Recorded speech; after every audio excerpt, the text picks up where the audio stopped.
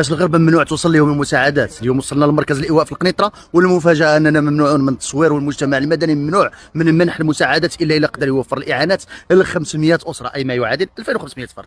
هذا الشيء غيجيكم غريب، لكن هذا هو الكلام اللي واجهتنا به السلطات القنيطره في مركز الايواء اللي داروا في نادي الفروسيه. خبرناهم اننا باغيين نطلقوا نداء لمساعده المتضررين، وبانه كاين مساعدات دابا جايه في الطريق، لكن السلطات رفضات اننا نديروا نداء، ورفضات انها تستقبل المساعدات الا اذا كانت هذه المساعدات بقدر 500 اسره. واخبرتنا ايضا سلطات انها رجعت اليوم فقط ازيد من 10 جمعيات جايبه المساعدات.